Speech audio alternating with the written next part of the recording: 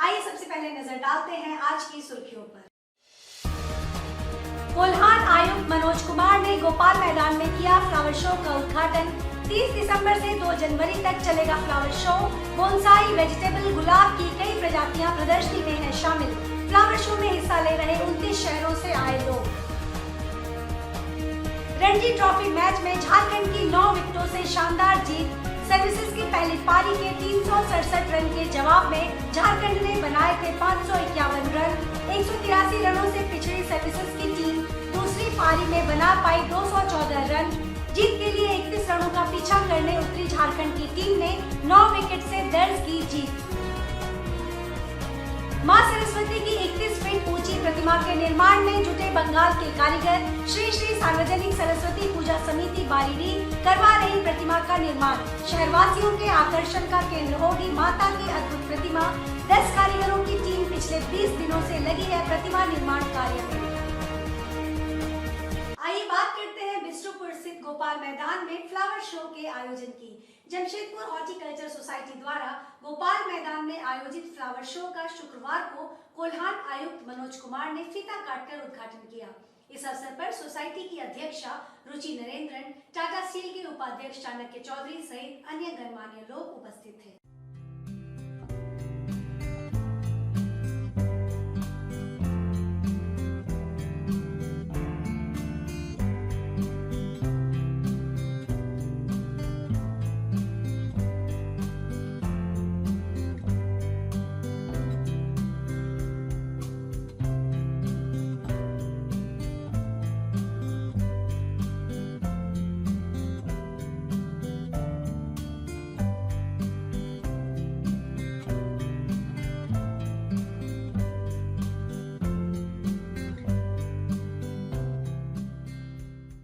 बताते चले कि यह फ्लावर शो 30 दिसंबर से 2 जनवरी तक चलेगा।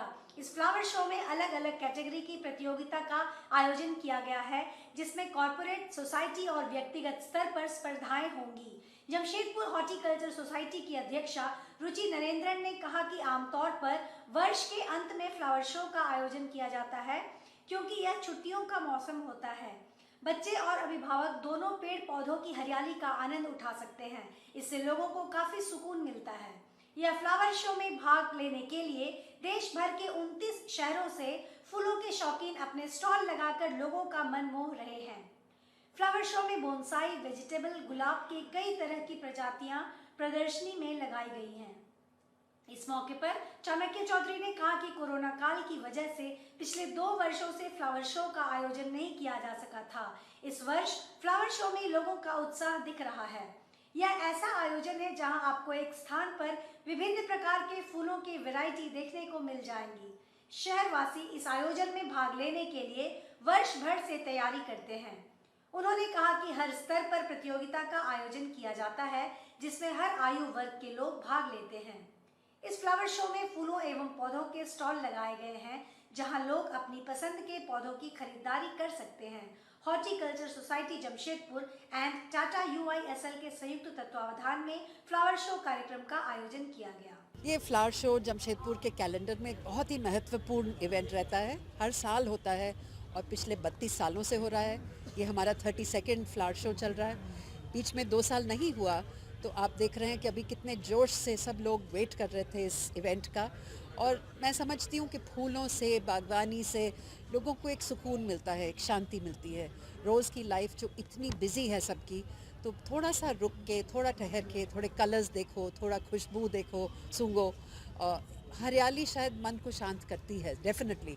और जो अभी आजकल इतनी हेक्टिक लाइफ हो गई है सबकी, तो आई थिंक ऐसे इवेंट्स लोगों को शांत करते हैं, लोग एंजॉय करते हैं। और ये एक ऐसा टाइम है साल का जब सभी हॉलिडे मूड में हैं।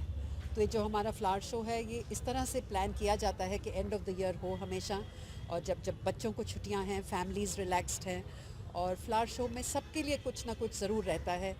बच्चों के लिए सिट एंड ड्रॉ कंपटीशन है, बड़ों के लिए फूल देखना, और रोज़ शाम को एंटरटेनमेंट प्रोग्राम्स जो होते हैं हमारे 6:30 to 7:30। कल है 31st को, 1st को है। और देश भर से हमारी नर्सरीज़ आती हैं, जो best nurseries of the country हैं। तो 29 एंट्रीज़ आई हैं, नर्सरीज़ आई हैं। नॉर्थ ईस्ट से, बेंगलोर तक से आई हैं। जो बहुत सुंदर प्लांट्स और एसोसिएटेड चीज़ें लेके आती हैं ताकि हमारे शहरवासी सीखें और ख़रीदें और इंटरेस्ट लें इन फ्लावर्स एंड प्लांट्स, और जो यहाँ पे एग्जिबिट्स देखते हैं उनसे कुछ जानकारी पाएँ। इसके अलावा हमारा टेक्निकल सेशंस भी हैं, जो लोग और सीखना चाहते हैं बागवानी के बारे में तो उसमें टेक्निकल सेशंस होते हैं, जैसे रोज़ कल्टीवेशन है, लैंडस्केपिंग के बारे में कई सब टॉपिक्स होते हैं। और जो हमारे जो जजेस हैं वो एक्सपर्ट्स हैं फील्ड में, तो वो लोग सेशंस लेते हैं। तो इस फ्लावर शो में शायद सबके लिए कुछ ना कुछ है। जमशेदपुर में अगर आप नोटिस करें तो बहुत से ऐसे सोसाइटीज़ हैं और बहुत से ऐसे इनिशिएटिव्स हैं जो कि सालाना चलता है, और उसमें से एक society horticulture society of Jamshedpur, और हर साल ये फ्लावर शो होता है जबकि एमेच्योर्स और इंस्टीट्यूशंस इसमें पार्टिसिपेट करते हैं। और ये नहीं कि सिर्फ जमशेदपुर के ही करते हैं, काफ़ी दूर दराज से भी लोग आते हैं। और पिछले 2 साल में हम लोगों ने देखा पैंडेमिक के कारण हम लोग पूरा खुल के नहीं कर पाए। अभी फिर से इस बार 4 दिन का है, आज शुरू हुआ है, 3 दिन पूरा रहेगा, 31, 1 और 2 को। और सब कंपनीज़ जो हैं और एमेच्योर्स ने यहाँ पार्टिसिपेट किया, तकरीबन 60 पार्टिसिपेंट्स हैं।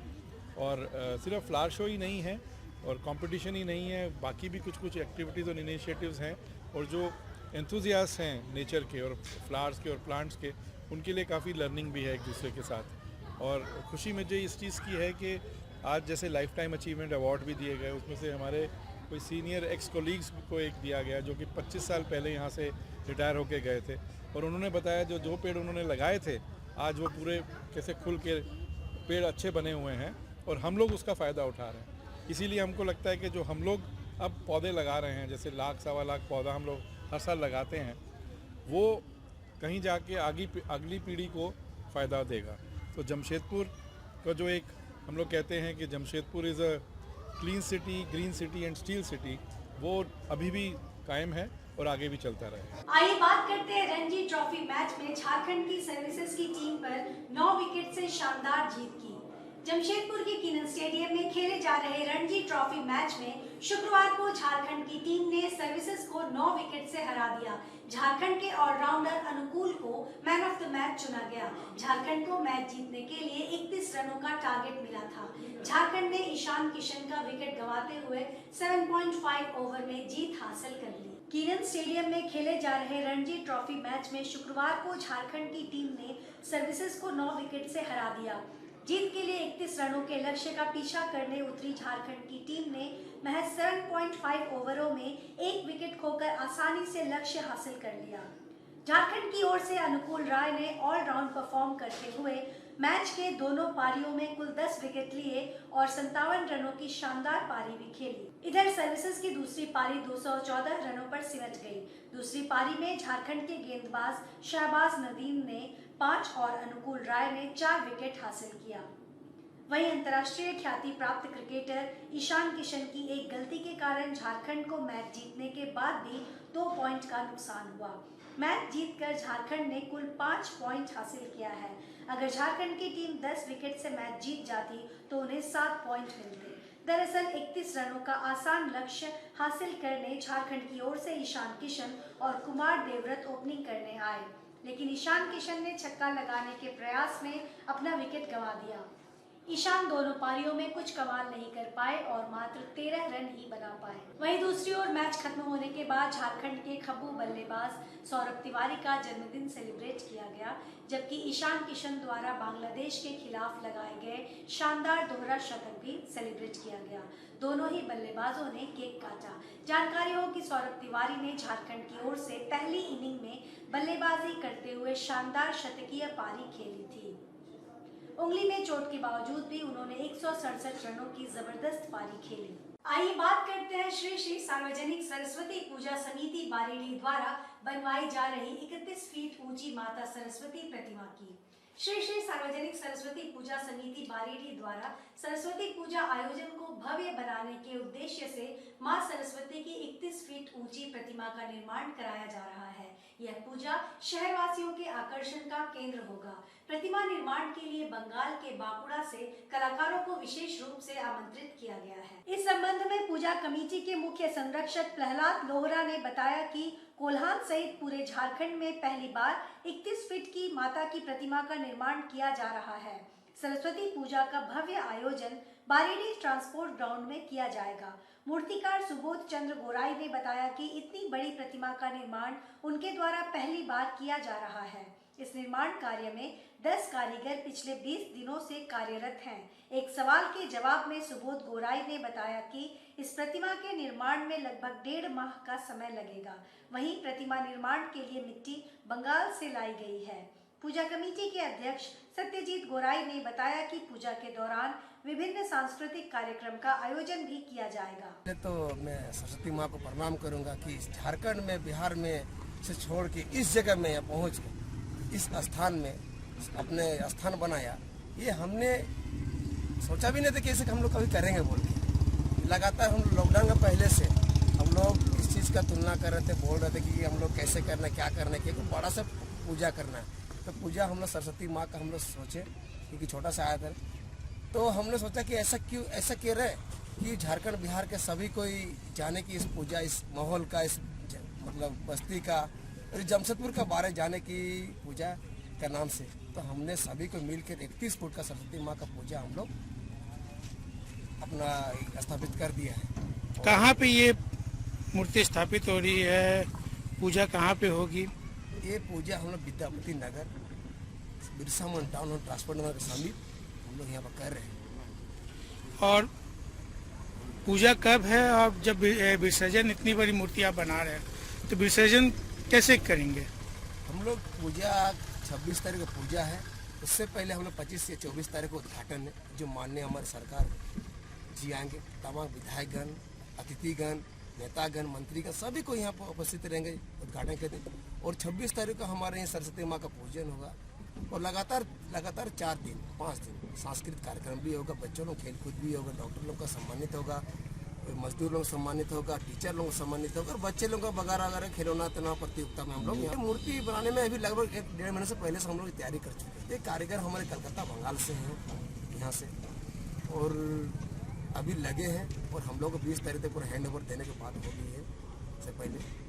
और हम लोग जैसे कि आप बोले कि विसर्जन की जहाँ तक बात है, विसर्जन हम लोग का रूट चार्ट एक दिन पहले हम लोग टोटल जगह हम लोग शेयर कर देंगे सभी को। रूट चार्ट बना लिए हम लोग कमेटी के सभी को। ये हमारे कमेटी के तमाम पदाधिकारी बैठ के, हमारे अध्यक्ष हमारे विश्वजीत गोराई, हमारे उपाध्यक्ष विकास श्रीवास्तव जी, हमारे पूजा कमेटी के महासचिव अभिषेक कुमार जी और हमारे कमेटी के सदस्य पूछेंगे।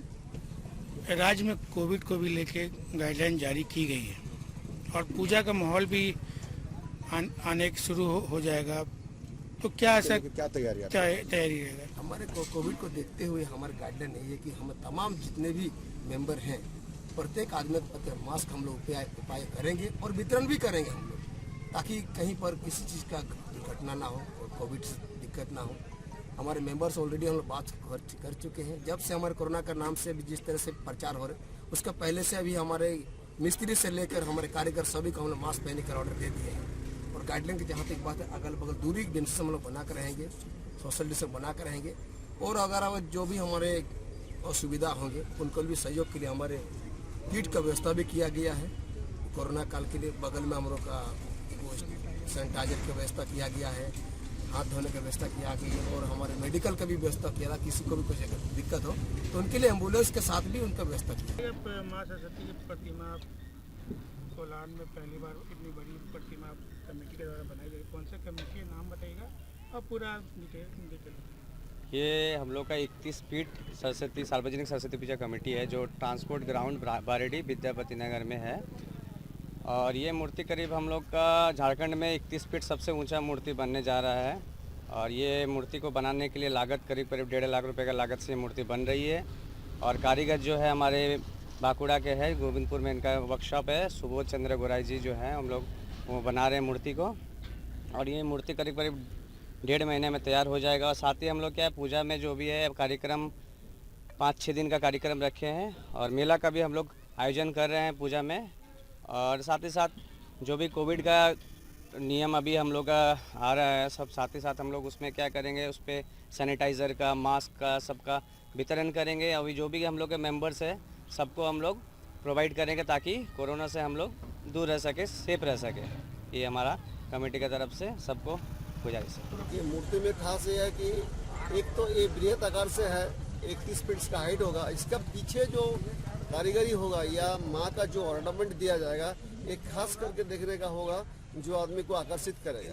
ये हम लोग मोटा मोटी 10 से 11 आदमी काम कर रहे हैं, करीब करीब 1.5 महीना का। बस ऐसा तो हम लोग बांकुड़ा का है, पश्चिम बंगाल। मिट्टी जैसे कलकत्ता हम लोग वहाँ से लाते हैं, डायमंड हार्बर तरह होता है जगह, वहाँ से हम लोग मिट्टी लेके आते हैं। आइए बात करते हैं जुस्को वर्कर्स यूनियन की शुक्रवार को हुई कमेटी मीटिंग में लिए गए कई अहम फैसले की।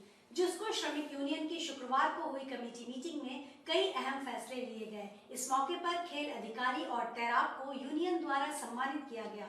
यूनियन अध्यक्ष रघुनाथ पांडे ने कहा कि टाटा स्टील UISL के कर्मचारियों का वेज रिवीजन समझौता बहुत जल्द होगा। टाटा स्टील की 100% सब्सिडियरी वाली कंपनी टाटा स्टील UISL की अधिकृत यूनियन जुस्को वर्कर्स यूनियन की शुक्रवार को कमेटी मीटिंग हुई।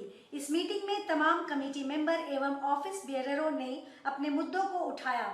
इस दौरान सारे लोगों ने वेज रिवीजन जल्द से जल्द कराने की मांग की, क्योंकि यहां 31 दिसंबर 2017 से ही वेज रिवीजन समझौता लंबित है। इस पर यूनियन अध्यक्ष रघुनाथ पांडे ने कहा कि वेज रिवीजन को लेकर बातचीत हो रही है।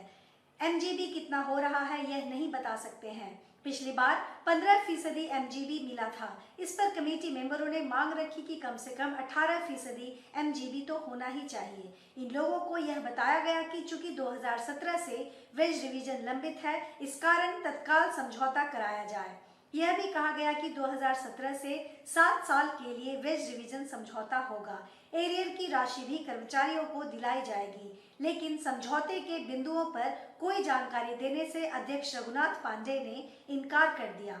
बैठक में यूनियन के विभिन्न मुद्दों पर विस्तार पूर्वक चर्चा की गई। यूनियन अध्यक्ष रघुनाथ पांडे ने बताया कि 31 दिसंबर 2017 से ही ग्रेड रिवीजन लंबित है। इसे पूरा कराना पहली प्राथमिकता है। साथ ही LTC, बोनस सहित अन्य मुद्दों पर विस्तार से चर्चा की जाएगी। सभी ऑफिस बेयरर के सुझाव को बारी बारी से सुना गया और अगली बैठक से पूर्व उसे पूरा करने का प्रयास किया जाएगा। इसी क्रम में यूनियन की ओर से टाटा स्टील सिक्योरिटी के तैराक मजरूल बारी को सम्मानित किया गया। श्री बारी शहर एवं आसपास के इलाकों में नदियों, तालाबों में डूबने वाले लोगों को रेस्क्यू करते हैं। अब तक सैकड़ों लोगों को उन्होंने रेस्क्यू कराया है। श्री पांडे ने बताया कि पिछले 20 से 25 सालों से मजरूल बारी अपनी सेवा दे रहे हैं। उन्हें सम्मानित करना यूनियन के लिए गौरव की बात है। वहीं मजरूल बारी ने इसके लिए यूनियन अध्यक्ष रघुनाथ पांडे के प्रति आभार जताया और कहा, उनकी बदौलत ही मैंने तैराकी का विशेष प्रशिक्षण प्राप्त किया। आज मैं जिस मुकाम पर हूँ उसमें रघुनाथ पांडे की बड़ी भूमिका रही है। इसी तरह स्पोर्ट्स विभाग के हसन इमाम मलिक उर्फ चीकू भाई को भी सम्मानित किया गया। अभी आज मीटिंग का जो हम लोग का 2 महीना पर मीटिंग करने का जो सिस्टम है, तो अकाउंट्स हुआ, एनी अदर्स मैटर है, ग्रेड रिवीजन है। लोग इच्छुक हैं जानने के लिए ग्रेड रिवीजन का क्या हो रहा है। तो ये सब चीज़ के बारे में विस्तृत रूप से हम लोग अभी चर्चा कर रहे हैं, जानकारी दे रहे हैं और लोगों से जानकारी ले रहे हैं, सजेशन ले रहे हैं कि हम लोगों को आगे क्या करना है, आपका क्या सजेशन है। और पिछले मीटिंग की कार्रवाई का पुष्टिकरण है, जो लोगों ने क्वेश्चन उठाया था उसका हम लोग जवाब दे रहे हैं कि भाई हाँ, क्योंकि ये पारदर्शिता रहेगा कि जिसके लोगों का जो प्रश्न आया उसका भी जानकारी हम लोग नेक्स्ट मीटिंग में देते रहते हैं। और आज जो क्वेश्चन उठता है तो नेक्स्ट मीटिंग में देते हैं। तो सभी लोगों ने बड़ा विधिवत और विस्तृत रूप से अपने डिपार्टमेंट के बारे में, अपने सेक्शन के बारे में, कंपनी के बारे में, ग्रेड के बारे में और जो है सो बहुत सारे मुद्दे हैं। ग्रेड अभी हम लोग का LTC है, कन्वेंस अलाउंस है, ग्रेड मैपिंग है, उस पर चर्चा हो रहे हैं। तो हम लोग धीरे धीरे करके पहला प्रायोरिटी हम लोग का ग्रेड रिवीजन है, जो काफ़ी दिन से पेंडिंग है। 31/12/17 से हमारा जो है सो ड्यू है, तो उस पर हम लोग चर्चा कर रहे हैं और उसको हम लोग जल्द से जल्द निपटाएंगे। काफ़ी दिन हो गया, काफ़ी समय हो गया, इसलिए लोग हर एम्प्लॉई आशा भरी निगाहों से देख रहे हैं। तो हम लोग उसी के चर्चा अभी कर रहे हैं और उसी का मीटिंग भी कर रहे हैं। हमारा ये सुपरवाइजर है आपका मजरूल बारी जी, जो ऐसे शख्स जो हमारे यहाँ इच्छा हुआ कि भाई उसको बुला के सम्मानित करें, जो जान पर खेल कर नदी में कितने लोग का डेड बॉडी इन्होंने निकाला है। आज से नहीं, ये हमको लगता है 20 साल 25 साल से भी और ये बाहर जाके विदेश में जाके ट्रेनिंग लिए हुए हैं और कंपनी द्वारा बहुत सारे इक्विपमेंट उपलब्ध भी कराया गया है इनको, ये आपको बता रहे हैं। तो ये ऐसे शख्स को सम्मानित करने में हम लोग को देर हो गया, सच पूछिए तो, और पहले होना चाहिए। तो इनको सम्मानित कर रहे हैं कि भाई जान पर खेल करे, जान बचाए। और उसके बाद जो है तो बहुत लोग को जिंदा भी निकाले हैं। तो मजरूल बारी जी सिक्योरिटी में सुपरवाइजर हैं, आज के टाइम में सब इंस्पेक्टर भी हैं, और हसन इमाम अभी पहुंचेंगे। JRD स्पोर्ट्स कॉम्प्लेक्स में वो मैनेजर हैं, वर्कर के रूप में अपना नौकरी को शुरुआत किए थे और सुपरवाइजर भी हुए, फिर पदाधिकारी भी बने। तो उनको हम लोगों ने जो है तो काफ़ी स्पोर्ट्स के मामले में कोच के रूप में आज तो मैनेजर है, और देश विदेश जाकर उन्होंने मजदूरों का मान सम्मान उन्होंने बढ़ाया है, इसलिए उनको भी हम लोगों ने बुलाकर सम्मानित। चिंपलाई के भी थे, कुछ सरकारी स्कूल का मास्टर के भी थे। तो बाबा को बोला कि बाबा वो डूब गया, कैप्टन भी सर पास आ गया, सब निकालने के लिए कोशिश कर रहा। तो बोला ठीक है, तुमको तैरे है तो तुम चले जाओ। तो हम चले गए, और ये इत्तेफाक था कि हम बहुत एक्सपर्ट था उस समय, ऐसे नहीं है, लेकिन स्विमिंग हमको आता था। वो गए 2 मुहाने में, कैप्टन साहब भी बुला रहे, अब आए चलो तो मदद करो। तो इत्तेफाक से वो डेड बॉडी हमारा हाथ में लगा जो डूब गया था। तो उनको निकाले तो बाबा भी पीछे से आधा घंटा पीछे से पहुंच गए, वो देखे अपना नजर से, फिर उनको भी मदद की। आदमी फर्दर कई तरह का मामला होता है। फिर हमने इसका अंदर घुसना शुरू किया, क्यों ना कोई सिस्टम हो कि पानी के अंदर आप सांस लें और ताकि इसको बढ़िया से करें, एक क्लिक होता है। तो फिर हम कलकत्ता की ये पता लगाया कहाँ, तो बोला यहाँ होता, लेकिन आपको एक कंपटीशन फेस करना होगा BSF और CSF के साथ। हम बोले ठीक है, हम फेस करेंगे। तो एक टापू था, एक लेक है वहाँ, टापू तो वहाँ जाना है और आना स्विमिंग करके। तो गए स्विमिंग करके, तो हम उनको 20 आदमी में सिलेक्शन हमारा हो गया, क्योंकि सिविलियन था, और उसमें से हम फर्स्ट हुए उनसे, क्योंकि स्विमिंग हम आता था। गया पहले आ गया, तो फिर 1.5 महीने का हमने कोर्स किया। 1.5 महीना कोर्स करने के बाद उसको सर्टिफिकेट लिखा था कि 2 इयर्स का बाद ये सर्टिफिकेट आपको वैलिड खत्म हो जाएगा। तो फिर हम अंडमान में पता लगाए, नेट में पता लगाया, तो फिर अंडमान हम गए कोर्स करने के लिए। उस समय में BPCS मदद की है, लेकिन पांडे जी उसमें पूरा कोशिश किए कि नहीं इसको होना चाहिए। BPCS भी एग्री कर गई, तुरंत वाला हाँ भेज दीजिए। फिर हम वहाँ गए, जितना स्कूबा डाइविंग का कोर्स होता है, बेसिक, एडवांस, EFR और पार्टी रेस्क्यू डाइवर, ये किए। 4 कोर्स करने के बाद, रेस्क्यू डाइवर कोर्स करने के बाद फिर हम रिटर्न आया। फिर 2 साल के बाद फिर हम फ्री डाइविंग करने के लिए। उसके बाद सेफ्टी डिपार्टमेंट के गायकवाड़ साहब ने से रिक्वेस्ट किया हम लोग कि इक्विपमेंट हमको दिया जाए ताकि हम काम करें इसमें बढ़िया। तो वो फिर उन्होंने इक्विपमेंट हमको करीब 3.5 लाख रुपए का इक्विपमेंट परचेज किया है, सब इटली से है। उसके बाद इसमें हम कंटिन्यूअस काम करते रहे 2007 से लेकर ड्राउनिंग केस अभी तक करीब 75 प्लस जो डूब गया कैजुअलिटी उसको निकाले। और सिर्फ जमशेदपुर में करीब 20-22 थाना है, कोई ऐसा थाना नहीं है जहां हमारा सेवा नहीं किया। अब लोग इतना जान गए कि ये काम सत्यनारायण प्रसादी सब बांट गया। रांची हजारीबाग तक हम जाते हैं, वहां पर डीसी सब रिक्वेस्ट करते हैं, या रांची हम 3 बार गए, चाईबासा, सरायकेला, चांडिल डैम, ऐसा कोई वाटर बॉडी नहीं है जहां से नहीं निकाले। मेरा कार सीट कवर का पिछले 15 साल से बाडी चौक दुर्गा पूजा मैदान में दुकान है, और हमारे यहाँ सभी प्रकार का कार का सीट कवर बनाया जाता है, स्पेशली 4 व्हीलर का, जितने भी लग्जरी गाड़ी है। और 2500 रुपये से स्टार्टिंग है हमारे पास सीट कवर का रेंज, 2500 से लेके आगे 10,000, 12,000, 15,000, जिस तरह का क्वालिटी। रेक्सिन से लेके ओरिजिनल लेदर फिनिश तक का माल है मेरे पास। Car seat cover plus floor lamination, door visor, mat, accessories का भी जो आइटम होता है सारा उपलब्ध है मेरे पास। और 2 व्हीलर का भी काम सीट कवर का हो जाता है, जितनी भी लग्जरी गाड़ियाँ हैं सबका काम। और मैं खुद कारीगर हूँ, मैं दिल्ली से काम सीख के आया था 2007 में यहाँ पे जमशेदपुर में, करोलबाग में पहले दिल्ली में काम सीखा था, फिर आके मैं खोला, मैं खुद कारीगर हूँ। ये हमारा बारीडी चौक दुर्गा पूजा मैदान में दुकान है। बारीडी चौक आप आएंगे लेफ्ट साइड में जिसमें दुर्गा पूजा होता है, घुसते ही बायां तरफ में देखिएगा तिवारी जी सीट कवर लिखा आएगा, उसी पे मेरा दुकान है। आके एक बारी सेवा का मौका दे। बाजार से बहुत ही कम पड़ता है। जो सीट कवर अगर हम आपको 2500 में दे देंगे, बाजार में उसका दाम 6,000 7,000 रुपया है। जो हम 6,000-7,000 में दे देंगे बाज़ार में वो 15,000 का भी नहीं मिलेगा, क्योंकि हम ओरिजिनल लेदर फिनिश माल बनाते हैं। बाज़ार में जितने भी सीट कवर उपलब्ध है टोटल आपको रेक्सिन मिलेगा। मेरे पास रेक्सिन नहीं है, ओरिजिनल लेदर फिनिश माल है। एक बार आके और ट्राई कर सकते हैं। आइए बात करते हैं 1 जनवरी को खरसावां शहीद दिवस के मौके पर मुख्यमंत्री के आगमन की। 1 जनवरी को खरसावां शहीद दिवस के मौके पर मुख्यमंत्री के आगमन को लेकर कोल्हान आयुक्त एवं उपायुक्त ने सुरक्षा की तैयारियों का जायजा लिया। इस दौरान मुख्यमंत्री शहीदों के समाधि स्थल पर पहुंचेंगे और श्रद्धांजलि अर्पित करने के बाद पुनः रांची को प्रस्थान कर जाएंगे। खरसावां शहीद दिवस के मौके पर 1 जनवरी को आयोजित होने वाले कार्यक्रम में झारखंड के मुख्यमंत्री हेमंत सोरेन शिरकत करेंगे। केंद्रीय मंत्री अर्जुन मुंडा सहित कई अन्य मंत्री व विधायकों के शहीद स्थल पर आने की संभावना है। इस कार्यक्रम को लेकर कोल्हान आयुक्त मनोज कुमार एवं प्रभारी उपायुक्त अनन्य मित्तल ने खरसावां शहीद स्थल पहुंचकर कार्यक्रम के सफल संचालन एवं तैयारियों का जायजा लिया। इस क्रम में कार्यक्रम स्थल पर शहीद वेदी, हेलीपैड, पार्किंग स्थल इत्यादि जगहों का भी निरीक्षण किया एवं संबंधित पदाधिकारियों को आवश्यक दिशा निर्देश दिए। लोक सभा 1 जनवरी को होने वाली है, उसके तैयारी के जायजा लेने हम आए हैं।